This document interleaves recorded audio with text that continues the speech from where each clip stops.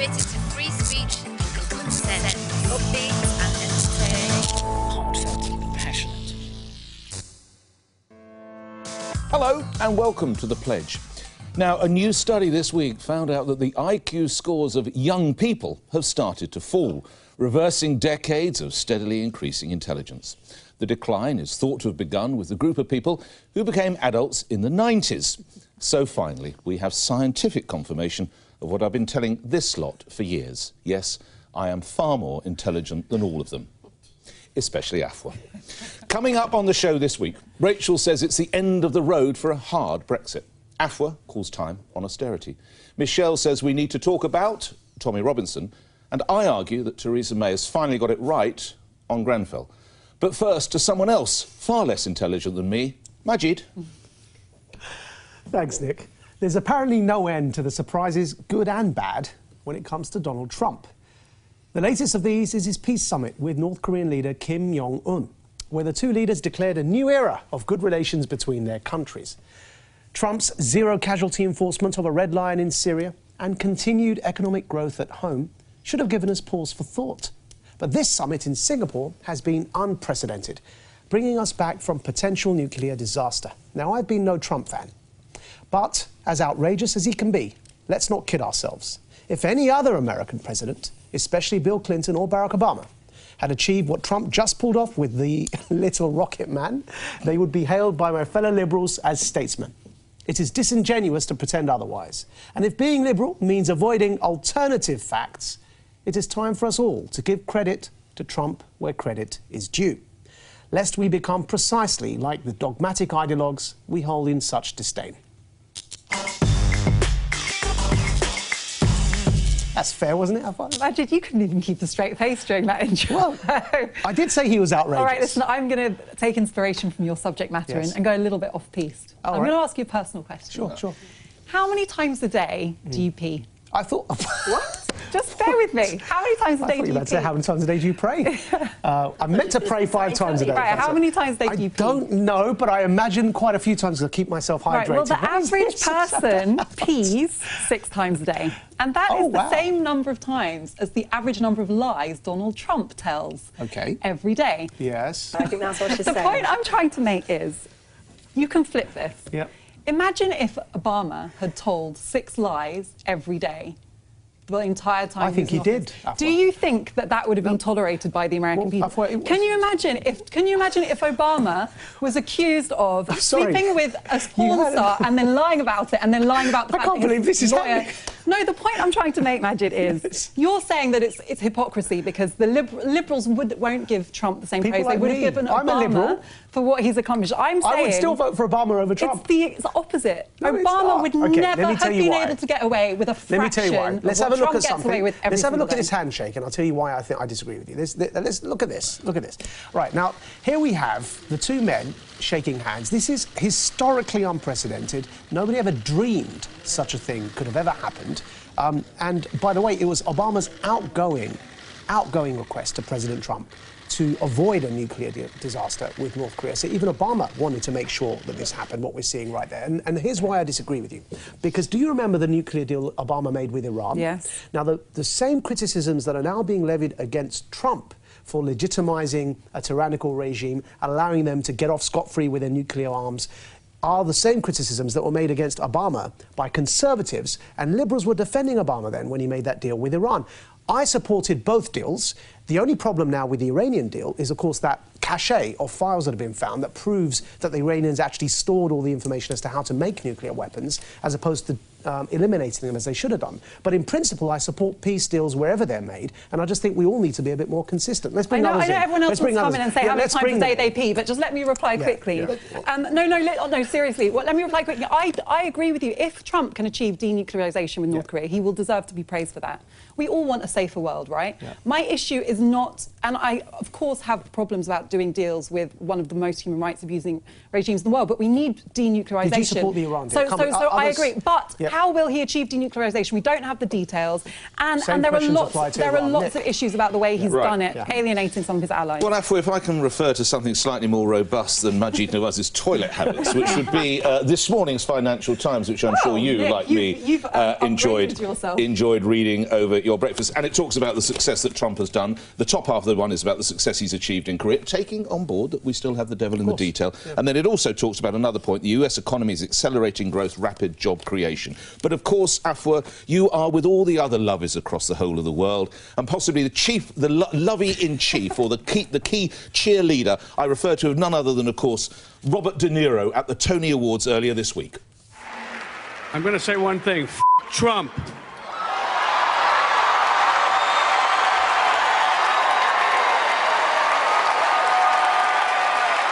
It's no longer down with Trump, it's Trump. Couple of points and then I'll yield. How brave it is to tell an audience from Hollywood on the screen to start shouting about Trump. That really took some courage, didn't it? I wonder if you live in Los Angeles, whether to pick up on a point that Majid made, and you've been watching TV, did you feel more secure by images of the leader of the Western world and your president shaking hands with the first North Korean leader ever, 70 years since the Korean War, seeing those pictures and thinking, oh, I wonder if... Or were you more comforted by an ageing actor screaming four-letter words at a Hollywood... at a Tony ceremony? I wonder which gave you more comfort. And you bring in Barack Obama, my final point. You would have been among those who, when Barack Obama gave a speech while president in Prague, and he talked about, I see a world without nuclear weapons, and he got a Nobel Peace Prize, and people said, we need to give him another award, and people fell and swooned. That very night, North Korea did some nuclear tests. That very night. How did Barack Obama respond? He warned Kim Jong-un he could be isolated. Oh, boy. Let's do it the Trump way. You're a rocket man. If you come after me, I will unleash the forces of hell. It's worked. I actually was among those who thought that Obama shouldn't have been awarded the Peace Prize because he hadn't done anything yet, just because Nick said that that's the kind of thing I would have Can we put this in a wider context, which is that President Trump left the G7 summit, having invited Russia back in, having dumped on America's closest ally, Canada, and saying that there was a special place in hell reserved for Justin Trudeau. Everything he has done recently appears as if he's taking dictation from the Kremlin, from resigning from the Iran nuclear deal, which of course sent the oil price up, which means that Russia's sitting pretty with oil at $80 a barrel. No, just wait. I'm not dodging your point. Do you really feel safer with Donald Trump in the White House, whatever he did with Kim Jong-un? Can I just make one point? He removed from the communique of after the G7, that hopeless G7 summit, the line that we were basically, these countries, the powerful countries, were in favour of the rules-based international order. He isn't. He prefers to freelance, doing trade, doing deals with other dictators, basically. So let's hear what Donald Tusk had to say about this. Yeah. The rules-based international order is being challenged. Quite surprisingly, not by the usual suspects, but by its main architect and guarantor, the US. At the same time, we will not stop trying to convince our American friends and President Trump that undermining this order makes no sense at all. Well, it happens to be the President's 72nd birthday this week. Today's Thursday. So what you say is a nice little birthday surprise for him, as was his nomination by 2 Norwegians for the Nobel Peace Prize. Look, I mean, the proof in the pudding is going to be in the eating, and let's see what the communique says. If he has brought peace in our time in the Korean Peninsula, good on him. And if he has, we need to acknowledge it. Michelle. So Majid, I couldn't care less how often you go to toilets. I don't want to even think about you on the toilet, quite frankly. But I do agree with everything that you've just said, and I think that there are a great number of people that no matter what Donald Trump does, he could do the most amazing, positive thing in the world, they still would not be able to find it within themselves to give him credit. And you said, that's exactly the opposite of what I just but like you just said that Obama couldn't get away with a lot of the stuff that Donald Trump did. Donald Trump doesn't really get away with anything. No. People are on his back, on his case constantly. Hold on, Rachel. Can you remember what he said during his campaign? I could stand in the middle of Fifth Avenue and shoot someone in broad daylight and I'd still win this election. He can get away with anything. But that was just him being a bit stupid, because ultimately what happened with Donald Trump is that a lot of people wanted somebody different, and they voted for him based on the things that he was promising. And actually what you've got is somebody that's, for once, starting to deliver on what they said that they would deliver, and that is actually quite refreshing. Look, I'm a Trump critic, OK? And I've been so before his election. All I'm trying to say is, where the evidence points us, we should, as Liberals, be evidence-led. That's what we pride ourselves on. And I think that, for example, enforcing a red line in Syria is something Obama didn't do and Trump did do with zero casualties. I think the performance of the economy and now North Korea are all, they're all things in his favour. And, of course, the G7 and the trade stuff is against him, as is his general bombast bigotry. You know. We must take a courtesy break now and move on. Don't tell Carol. Nice one. But even I have accepted that there is no exit from Brexit. The question is no longer whether or why we are leaving, but how. On that score, it looks like the end of the road for a hard Brexit, crashing out without a deal. In order to face down a rebellion over the EU withdrawal bill this week, Theresa May was forced into conceding to MPs the power to vote on whatever deal she negotiates. As this transfers power to MPs, 3/4 of whom backed Remain, it effectively rules out the no-deal scenario and is a big boost for those who want a soft Brexit. Tory rebels have been bought off for now, but it's a big blow for Leavers, who may feel the only way to prevent a meaningless Brexit is to bring the whole House crashing down. Theresa May is between a rock and a hard place. The centre is holding just, but for how long? Hard hats on, panel.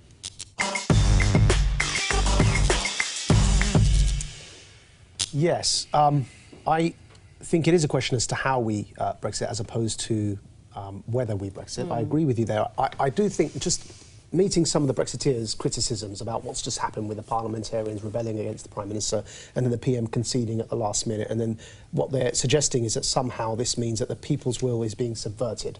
Apart from the fact that we have a long-cherished principle of parliamentary sovereignty, I think their analogy is wrong for the following reason, and that's because, of course, you may not be surprised I'm not disagreeing with you much on this, because we pretty much see the same things when it comes to Brexit and Remain, but their analogy is wrong because this isn't a choice between a people's Brexit versus Parliament's Brexit. It's a choice between Theresa May's Brexit versus Parliament's Brexit. Of course, the people beyond the referendum have very little say in what happens next. And we, as a nation, have got to decide whether we want a Prime Minister and her very narrow office to decide how Brexit goes and what the shape of that Brexit looks like, or we want Parliament to decide. Of course, Parliament represents the people. That's the nature of our parliamentary democracy. And I know where I'd stand in that debate. It would be for the latter. I think Parliament needs to have the power over the decision as to what that Brexit looks like, how hard or soft it is, and of course the final say on the deal that she brings back. Yeah. Nick, you were groaning as usual, but I mean, don't you see this in a binary way? As a soft Brexit will divide the party, a hard Brexit will divide the country. Hard hats on, you said. Honestly, well, you think it's going that well, do you? Pyjamas on and probably a night dress. Sorry, I am so utterly bored. We're all beyond bloody bored. Nick, we're all bored. Hold on, you did invite me in. Just get the damned thing done. I cannot tell you, unless it is a specific item, i.e. Jacob Rees-Mogg decides to run stark naked in the middle of the House of Commons, unless something amazing happens, you cannot get people not to ring my radio show sooner than saying the word Brexit. They don't care. Yes, you in your little corner, in your little corner of in your little corner of Westminster, you and your brother and your dad, you can all have your arguments, and it goes on and on. Out there, the decent people who are watching this, who pay their taxes, just want the bloody thing done, and they don't want us talking about it. Nick, can I just say what, Michelle? Okay, Nick says that. Get it done. That's. I'm afraid to say that is the stupidest thing I have ever heard you say, Nick. How do you get it done? We should have just done it. We should have just walked out. Just walk out. Europe after 40 years is like taking the raw eggs out of a baked cake. Michelle. Let's hear someone else. Let's listen to Labour MP John Mann. Labour voters in the Midlands and the North who voted in large numbers to leave the European Union and are a little bemused even at seeing arguments amongst the Cabinet over how it's delivered. Do not wish to see the negotiation carried out by 650 members of Parliament. They want to see Brexit got on with. I agree with him and I agree with Nick. And if I could high-five you without splitting my dress, I would. But You want to do what? I said if I could high-five you without splitting my dress, I would. What is it that you said you agree with? Because I didn't. Just get it done, but how? It's easier said than done. David Davis said it was going to be the easiest deal in modern political history. Do it like your brother said. Yeah. Employ. Sorry, still go. Give me one sentence. Employ Trump-like tactics. You walk in and you say, "That's it. Take the deal or not," and you drop out the room. Michelle. Done. But no, I don't do need Carol today. Every single inch of anything that's been done, been said, is dissected to within an inch of its life. The whole process. You haven't even mentioned the fact she hasn't got a majority to carry whatever it is she wants to have done. Go on, Michelle. Yes, but it's so, like, for me, I feel very let down at the complete lack of preparation. I don't know what I feel let down about yet. I feel very let down by the complete lack of preparation by this government, or the previous government, sorry, in advance of a referendum. We had a referendum, we made our decision. No one in their wildest dreams ever imagined that we would have gone for Brexit, and they have been on the back foot ever since. And to agree with Nick, I'm completely bored of it. I just want you to crack on, get on with it. Not to make my point more important than it perhaps was, but what about the difference between a Theresa May-defined Brexit and a people's-defined Brexit through their representatives, which is Parliament? But what about that point? That would never end, Imagine. That wouldn't. So you're going to trust the EU can't negotiate with all the MPs. What Afua likes about free trade, she'll vote for, but I don't like that deal because I'm worried about Northern Ireland. It will never end. You can't do a deal like This feels like inappropriate sequence of events, because let's not forget, this whole thing was never about what the people want. This whole thing was about David Cameron trying to resolve a split within the Tory party, and appropriately it's ended back with a split in the Tory party. This was never about what the people want. We've been sold a fantasy that we could just leave, and you've all bought into this idea we could just leave. Well, you haven't. Why did 17.5 million people get it wrong? Because they were lied to about what it would involve, and now it would be the easiest now deal the reality is on the table. It's as complicated that it's not. There's no ideal solution. No downside, only. I just want to show you something as well, because this is another dark side, and you know, this is supposedly a patriotic thing to reclaim control of our institutions. Yeah, let's calm down. Look at what's happening to our institutions because of Brexit. This is Chukka Minna. Mr. Speaker, I'd like to draw your attention to this disgraceful front page of the Daily Express today, which says, and I quote, "We have one simple warning to our elected representatives: ignore the will of the people at your peril."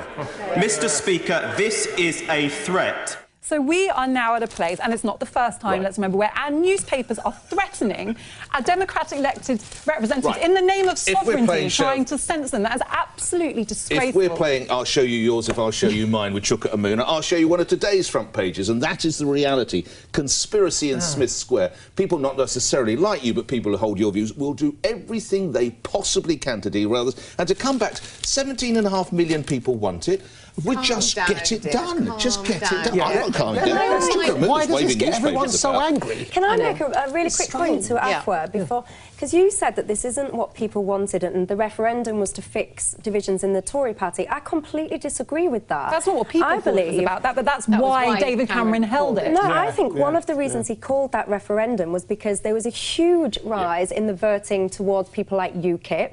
UKIP was essentially a single-party issue, which was about leaving the EU. He was trying to prevent his party from falling apart. He wasn't doing it out of benevolence towards UKIP. No, but the people were supporting UKIP, whose primary mission was to get out of the EU. So how you can say they didn't want that is beyond me. I'm not saying that, Michelle. I'm saying the reason David Cameron held the referendum was to protect his own interests in the Conservative Party. And obviously it's been branded as something that's, you know, giving people a voice. That was never what it was. Can I just make one point? Very quickly. I promise you a short one. 52% never has equalled 100%, and 48% never has equalled 100%. So let's all have a conversation. And also, can we remember just one thing? In 2015, in the referendum bill that went through the Commons, it was stated, I know you're going to groan, but the referendum result was, it was a consultative or advisory referendum. It did not make the people sovereign. We are not ignoring or defying the will of the people. If people go in and try and negotiate on the terms or they try and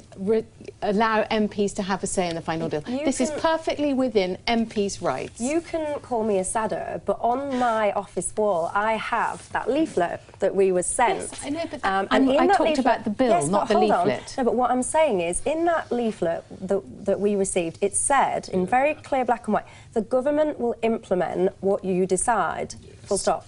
That was Cameron's government. I get lots of leaflets through my door. I get lots of leaflets through my door. That was not a legal document. And also, it's not the government of the day. That was Cameron's government. That government resigned. And we have a new government. But it was still the government that implemented and offered us the referendum. Current governments aren't bound by the pledges of previous governments. That's never the case in constitutional... What is weird at the moment is Theresa May is now saying that she will execute Brexit, however damaging it is to the... Yes, do you talk about this when you get home? Do you ring him up? Do you ring up just bang on endlessly about the bloody thing? Can't you ever talk about anything else? How can you be so dismissive? When are you going on summer holiday? No, but this is quite important because what Theresa May's feet... Theresa May was pushed into a position this week of saying that she would execute the will of the people at literally any cost and any price. Is that a sensible position for a Prime Minister to take, when it's done, who purports to represent the national interest? When it's done, what are you going to talk about all day? You're right, I know. I do wonder. There'll be nothing left for you to talk. None of you will. Trump will be an absolute triumph. Brexit will sail through.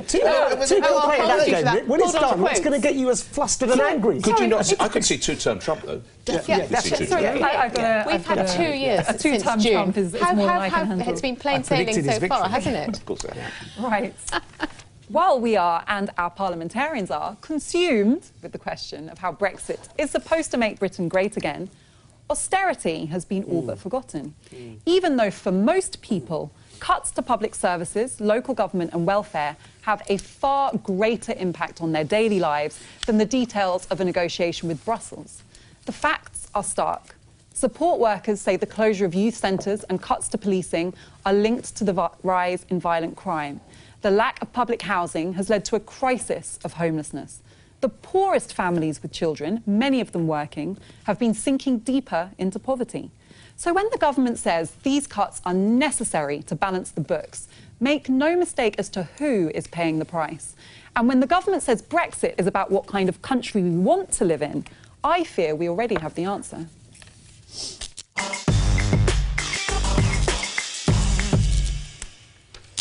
So what are you asking for?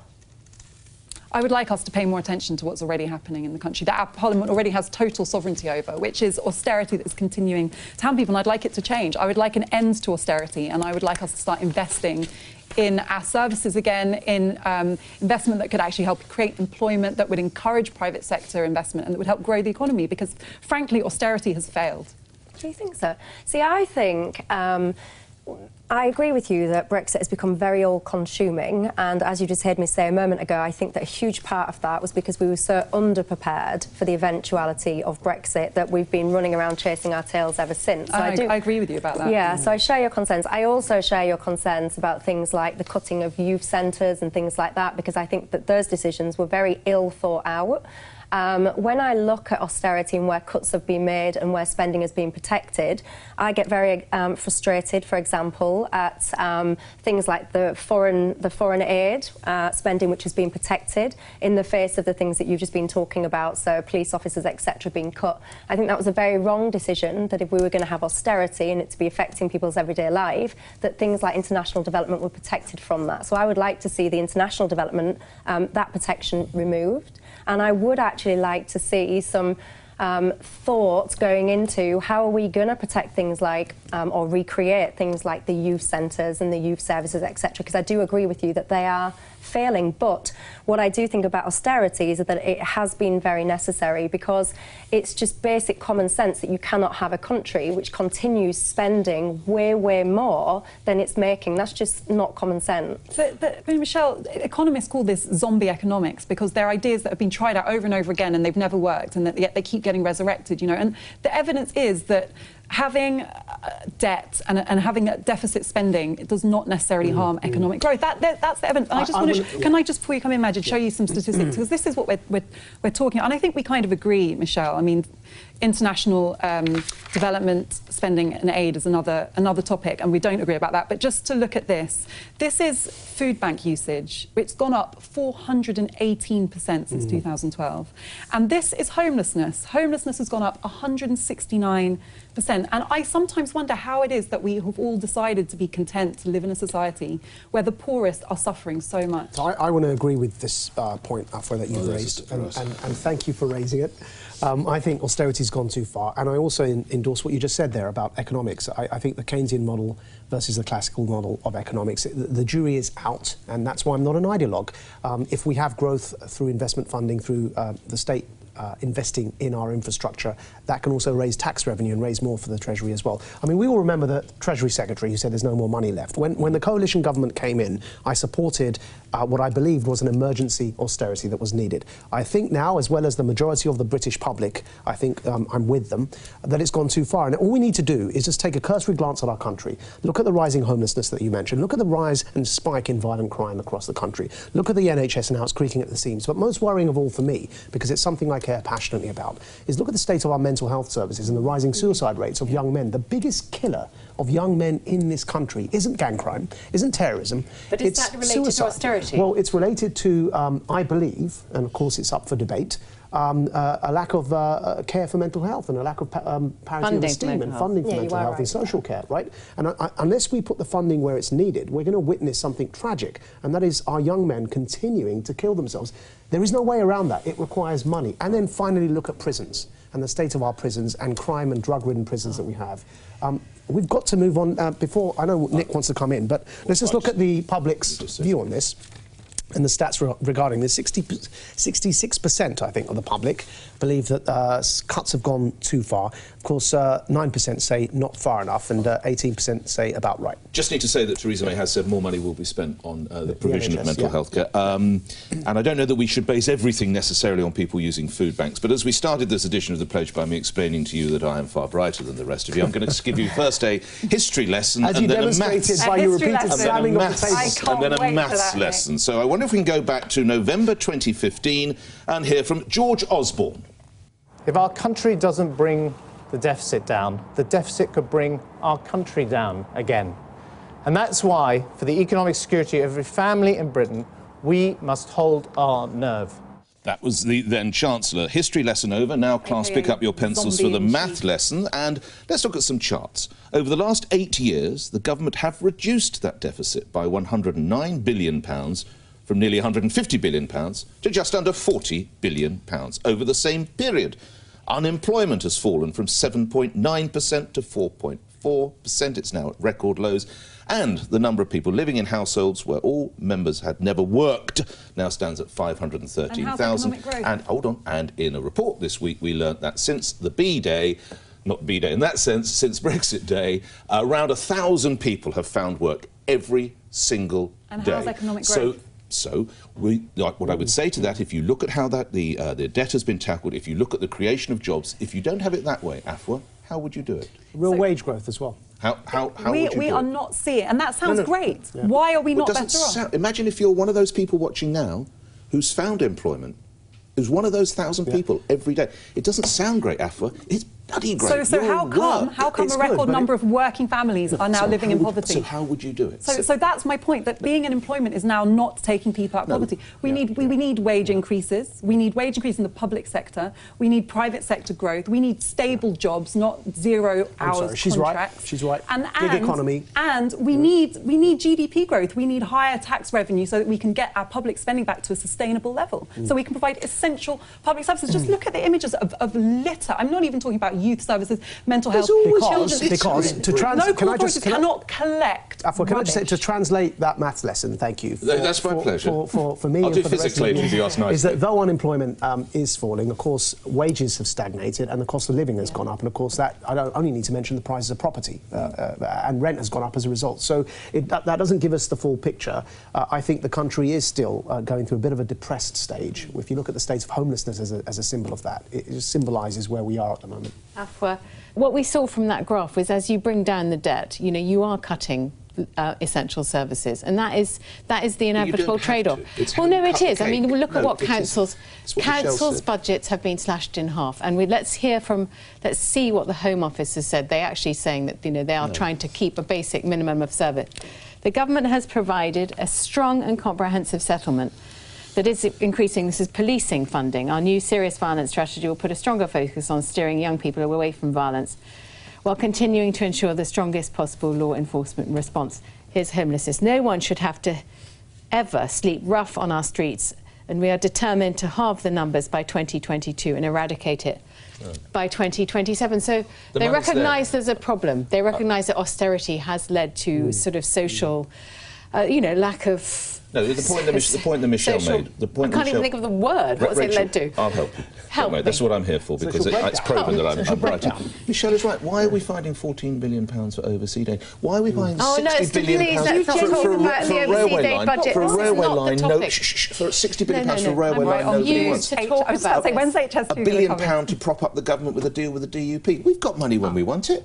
Every time. Isn't that her argument? A billion is you're making her loose case for her. change. Oh, really? Try telling that to the people out there on these food banks that she's just been banging on about. Might be loose change to the Johnsons. It's real money out there, I'll tell you. When Theresa May needed to stay in power. She shook her magic money tree, didn't she? Yeah, when it's there, it's always there. Well, it's me next after the break, and I'll be tackling some of the controversy around Tommy Robinson.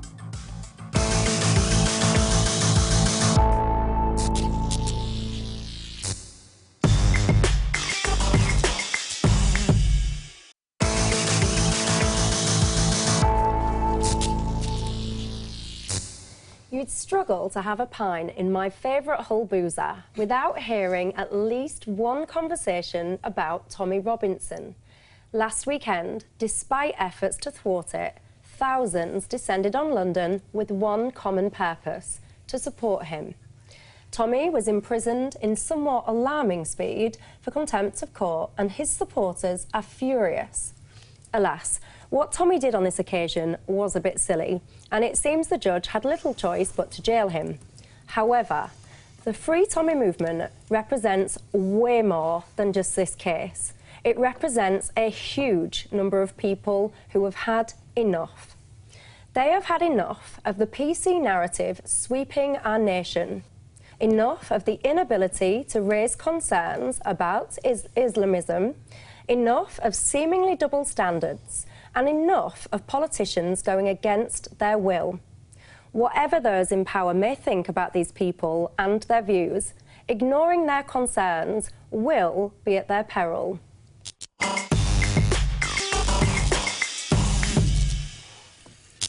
Well, you describe it as a bit silly. I think it's rather further on margins than that. But you talked about the people who came to that rally. And if you look through, it was intriguing because you had blokes and women who'd served in the military. Some had served in Northern Ireland, military veterans. And at the same time, you had Geert Wilders, who is a far-right Dutch politician whose views, I think, would probably upset most sane viewers. So it's a very broad church to whom he appeals. But if you come back to what he actually did, and it's interesting, isn't it? Because we've just, I think, come up last week or so, we've celebrated a group of people who openly flouted the law, broke the law, and brought about great change. I refer, of course, to the suffragettist movement, which was everything we applaud. Mr. Robinson has done exactly the same, but there's nothing to applaud what he's done here. This is what you have to know, because he was warned that if he did it again, and people attending a court, whether they be jurors, whether they be defendants, whether they be court workers, they are entitled to go in without being subjected to any form of video or form of abuse. And for him doing that, the cause that I see what you're getting at, and there is a valid cause, and Majid needs to come in soon because he's talked very powerfully about this, and respectfully it probably speaks more to his background than it does mine, and it is an important conversation about what people perceive as what is going on and what's being hushed up and what is too PC. You're not going to get that conversation by openly breaking the law. You're going to denigrate that conversation. But the reason, and to make it specifically about your point, there is a huge concern about the speed in which Tommy was arrested, charged and convicted and sent to prison. And I mean, if you actually compare, we talk about child abuse, and I'm really, really keen to bring Majid in on this as well. what I sense in Tommy Robinson is this case is the tip of an iceberg. No, he had a suspended sentence hanging over I know that. from a previous offence in Can I Kent. just quickly before Majid speaks about bigger issues, because as I used to practice criminal law, this is completely standard. It happens to people of all races and all backgrounds. If they are in contempt of court, they are immediately sentenced. And I'm just going to bring in another barrister who talks about this, because this is nothing special about Tommy Robinson at all. There are people in prison every day for contempt of court. With Mr. Robinson, my understanding is that he'd already been warned previously at a previous hearing that he'd overstepped the mark. And even with that warning and even with knowing what might happen, he took the risk. It seems really clear to me that something that is a standard criminal procedure has been exploited in this case to feed into a narrative of people being silent. Her point is the broader conversation. Yes, and that feeds into a narrative, but there is nothing strange about it. Look, I mean, Tommy broke the law, and my immediate reaction when he broke the law was that justice should be served for anyone against anyone that breaks the law. Conceding that there's a point among anti-Islam populists isn't feeding their narrative, just as conceding Muslims may have a point on some of their grievance isn't feeding the jihadist narrative. And I think, as I said earlier, sometimes we do need to acknowledge things when it's as clear as day in front of us. And there is a wider point here that I think is as clear as day. And that wider point is, I think all of us need to... I grew up with organised racism, far-right racism, BNP, Combat 18, and it's why I helped Tommy leave the EDL, because I didn't want to see the rise of another organised form of street protest movement that picks on people like me. When I helped him leave the EDL, he said he left because the neo-Nazis had infiltrated this movement. Now, part of the problem here is that if we've got up to 10 to 15,000 people rallying around one man now, I think all of us should take stock and step back and think, because no other politician in this country can gather that many people on the streets.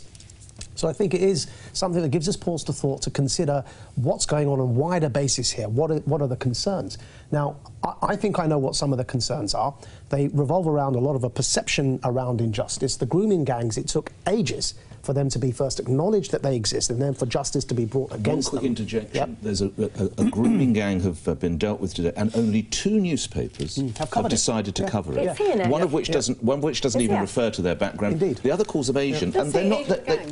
But they're not Pakistani or they're Pakistani Muslim. We've got to accept that. Now, the other thing is that, so whereas the grooming gangs took ages to acknowledge and bring to justice, Tommy was so swiftly brought to justice. That's point one. But the second point is, if you remember the terrorism legislation that stopped Lawrence Southern coming into this country, that same terrorism legislation was silent last Sunday when terrorist flags were raised in our streets, Hezbollah flags. I spoke at that rally against them on behalf of the Jewish community. And I think that if the perception is allowed to continue that Muslims can raise flags with literally with machine guns on them, right? For a group that swears that it wants to wipe Jews out completely and actually engages in terrorism. This is the Al-Quds rally. Yeah, while a Canadian white Christian alt-right journalist or populist journalist, whatever we want to call her, was banned from entering the country under that same terrorism legislation. People are going to see that inconsistency and become very, very angry. I worry about the state of race relations in this country unless we address that fairly and squarely. I worry about the state of race relations in this country because when it was clear to people that Michelle was going to introduce this debate, my Twitter stream was immediately flooded with racists. I mean, before we'd even had the debate, they all jumped on and started racially abusing me. And that is the reality. This isn't a conversation. This is people, and I'm not saying that everybody who supports Tommy Robinson is racist, but certainly a very significant number are. This is an image from the rally, well, I'm judging by the number of people who were racially abusing me on Twitter. This is an image from the rally where you can see, and you know, it's not so much there's someone doing Nazi salutes that I find really troubling about this. It's the fact that nobody seemed to bat an eyelid. Nobody seemed fazed. He is by actually the fact responding to the salutes. people that are shouting and calling him a Nazi, by the way. There's a counter protest that you can't see in that video, which is what he's responding to. By doing Nazi salutes? No, he's been an idiot. No one would support. It's a little harsh to say Northern Irish veterans. Of course, his, I'm not saying, I'm not. His assault conviction, Tommy Robinson's assault conviction was for battering a Nazi at one of his previous rallies. I just want to make that very clear. Rachel. And can I just finish quickly before Rachel comes? I mean, I know Tommy as well, and I've spoken to him, and he's kind of at various times, as we all know, tried to kind of rebrand himself as not racist.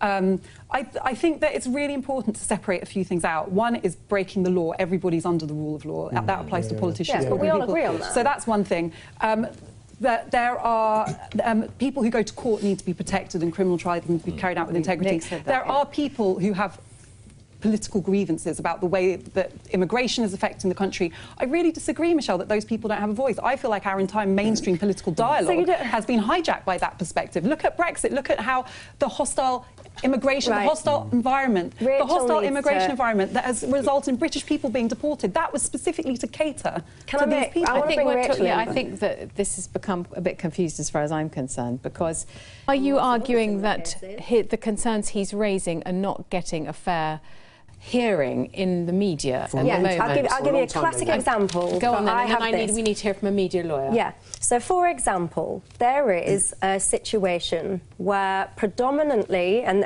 it is grooming gangs where they are raping many underage girls, thousands, in their thousands, and this has been going on for years. Yes, this is predominantly perpetrated by Muslim men. Yeah. We know this. Yeah. We know this, but nobody seems to be able to have this conversation. It is for troubling example, that only 2 papers ran the story Michelle is referring. and they don't even mention the common connection of them being a Muslim. For example, Rotherham, Rochdale, Newcastle, Telford, Aylesbury, Derby, Bristol, Keighley, Peterborough. But the Mail doesn't usually put its punches on any of these things. So only reference to Muslim is the following.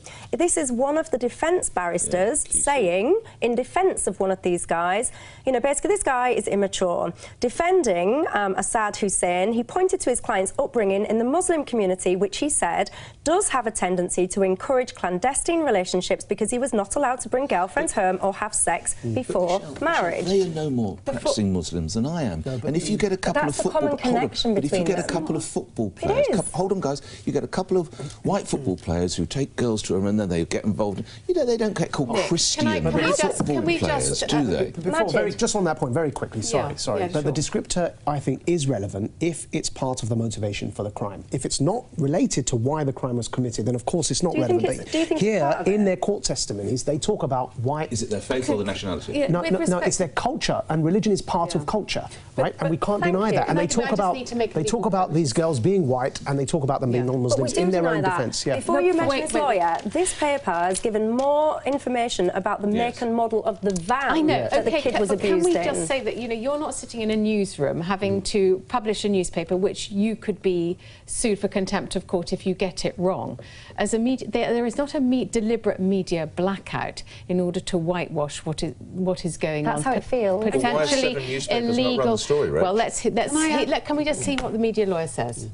It's odd because some of the people who are supposedly in on this conspiracy of silence, this wall of silence, are the biggest advocates of the free press and free speech. You know, I'm no fan of certain newspapers, but they want to tell the story. They're not telling a story because they're blocked from doing so, because it's important to ensure that there is a fair trial. This just goes back to the first point you made, which is that everyone has to act within the law. It's standard for these kind of trials. I'm afraid that's the final page of this edition. We have to move on. You're watching The Pledge on Sky News. After the break, I'll be explaining that sorry maybe isn't the hardest word.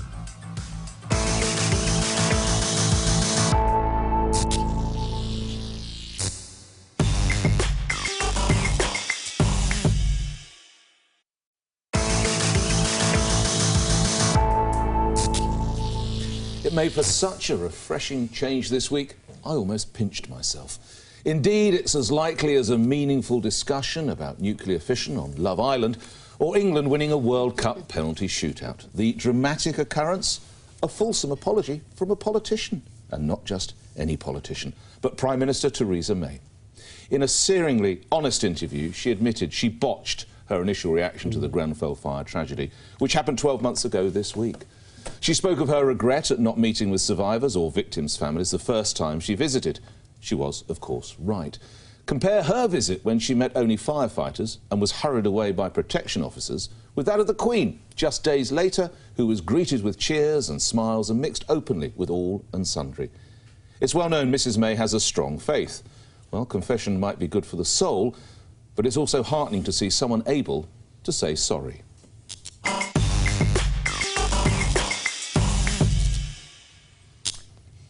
I think we all had our minute silence, and we should remember today what happened at Grenfell. It was just down the road from me, and I was actually on site when the Queen came for the first time, also when Sadiq, the mayor, came for the first time, and Theresa May has admitted that she got her initial response wrong. She hasn't actually, I don't think, acknowledged the entire extent to which she got it wrong. She allowed the Royal Borough of Kensington and Chelsea to take a terrible hit on the handling of what turned out to be the biggest fire in this country since the Second World War. The council were on the ground right from the beginning, because I was there too and I could see them. They weren't wearing identifying because they didn't. It had all happened so unexpectedly. She announced that within 3 weeks, over 200 people would be rehoused. That was an absolutely impossible thing for the council to do. That was her aspiration. Which has left the council. Then she and the communities secretary, Sajid Javid, essentially blamed the council for the fact that in a national emergency, one borough did not handle it particularly brilliantly. Could any borough have handled it? So she really left them out to dry. She hasn't apologised to them, to the extent that even at the vigils and the services, the council staff who actually were on the ground, did not sleep, worked day and night, were told not to attend because they might be in danger. So yes, she was right to apologise. I don't think she's gone far enough. Well, let's just, for perhaps viewers who are not fully up to speed, let's go back to where we were roughly 12 months ago, and this is what happened when Mrs May made her first visit. What is Theresa May scared of? Why isn't she down here comforting people? Yeah, you went and saw some firemen and they're talking about security risks. Security risks, she's a disgrace. And that you can't actually see, but that, or maybe just make out that is Mrs May being bundled into the car, as I mentioned earlier, and driven off at high speed with a police guard. And here is Mrs May 12 months on. I didn't, of course, on that first visit, meet members of the community or survivors. And I'm sorry for not having met them then. I regret that, because I think people perhaps felt that they wanted those of us in power to know that, to know that we had understood and recognised what had happened, and perhaps felt that not meeting them immediately meant that I didn't care, and that was never the case. Michelle, just moving on a little bit from what she did, does an apology embolden a politician or weaken them, do you think? No, I think it's a good thing. I think to have the humility to actually be able to reflect and say, do you know what, I made a mistake and this was wrong and I apologise. I think that can only ever be a good thing. But I do think, how would you even make that decision in the first place? Because I just think, take politics and everything aside, as a person, as a human being, if this is your remit, if your remit is to protect people, make sure people are safe, when something has happened that's so tragic, just as a human being, I would like to just go and be around and say, you know, hi, like, just to be around. Unfortunately, though, when you do see those scenes, it's not as simple as what I'm making it out in my own mind. There was saying, a lot of anger very quickly, because I was there and I saw Sadiq actually needed protection as well. Yeah, because would it have helped? I can understand why she didn't want to walk into the Lion's Den. I was covering for James on LBC at that time, and I was covering this live as it unfolded. It's the only ever time I've cried on radio, to be honest. It was tragic and terrible, and I was very, very angry, not just at the housing minister, who became her chief of staff, but also the council that you've spoken about. I don't know the ins and outs of what you've mentioned, but I at the time was very angry. It's heartening to see an apology, though I'm not the one that can accept that apology on behalf of the survivors.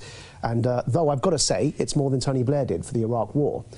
So that is, to your point, it is something that is interesting. But before you do that, there's something we just want to have a look at. For all of it. And can we just say that they have now housed 40% of Grenfell survivors. But talking of gestures that mean something, I think this particular one is very meaningful, so I just want to show you it. It really did touch my heart.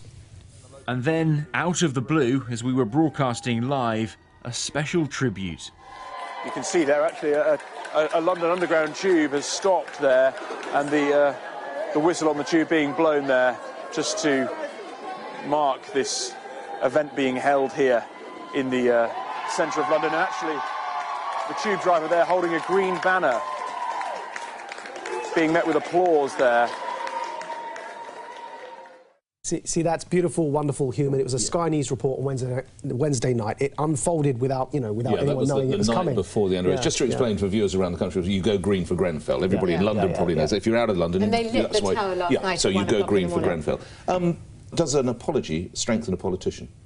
I think we should take apologies on good faith, so I welcome the apology. I maybe have a longer memory than you, Nick. I remember this time a year ago, the week that this happened, having an argument with you. Doesn't sound like us. And I accused Theresa May of callousness, and you absolutely shut me down and said that's ridiculous, it's an appropriate response for a Prime Minister. So it seems like you've moved on in your compassion too. I don't think she had a choice. If your protection officers are saying, I take Rachel's point, in a perfect world she would have handled it differently. She had just lost the election. She was very, very much at the weakest point in her premiership. At what the kind of conduct I would have liked to have seen from our Prime Minister, lost the election. She lost her majority. Which we saw from the Leader of the Opposition instead. This is Jeremy Corbyn at Grenfell, and I don't think that this was a cynical move to do what voters wanted. It seemed like a very human response, the kind of thing you want from somebody who genuinely feels compassion for people who have just been through the most horrific tragedy, and understanding that his role is to be there listening to them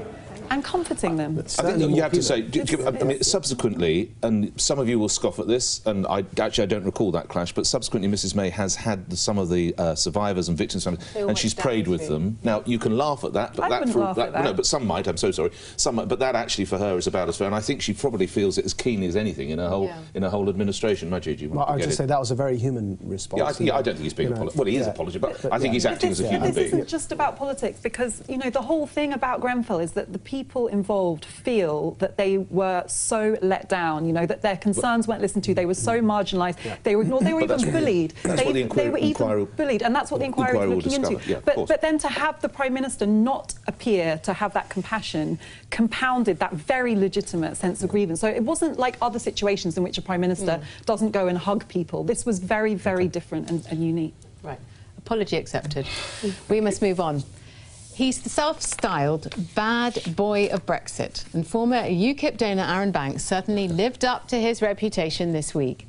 Appearing before a committee of MPs on Tuesday, Banks decided the session had gone on too long, and it was time for lunch. He's told a certain time, and we've got a luncheon appointment we don't want to be late for. I think actually you can join us. You can join us if you want. We'll be in the House of Commons. Mr. Banks, could you just give us 5 minutes of your time? No, you said when you left 20 minutes, and now we've run way past 20 minutes. So I'm sorry, but I'm afraid it's time to go. It'd be great if you could just give us 5 minutes, and Mr. Vickers finish this question. You sure? Go on. No. The word is no. For that stunt, Mr. Banks, you are our straight talker of the week. That's all for this week. Don't forget to get involved in the debate. Just search the pledge on Twitter and Facebook. Thanks for watching.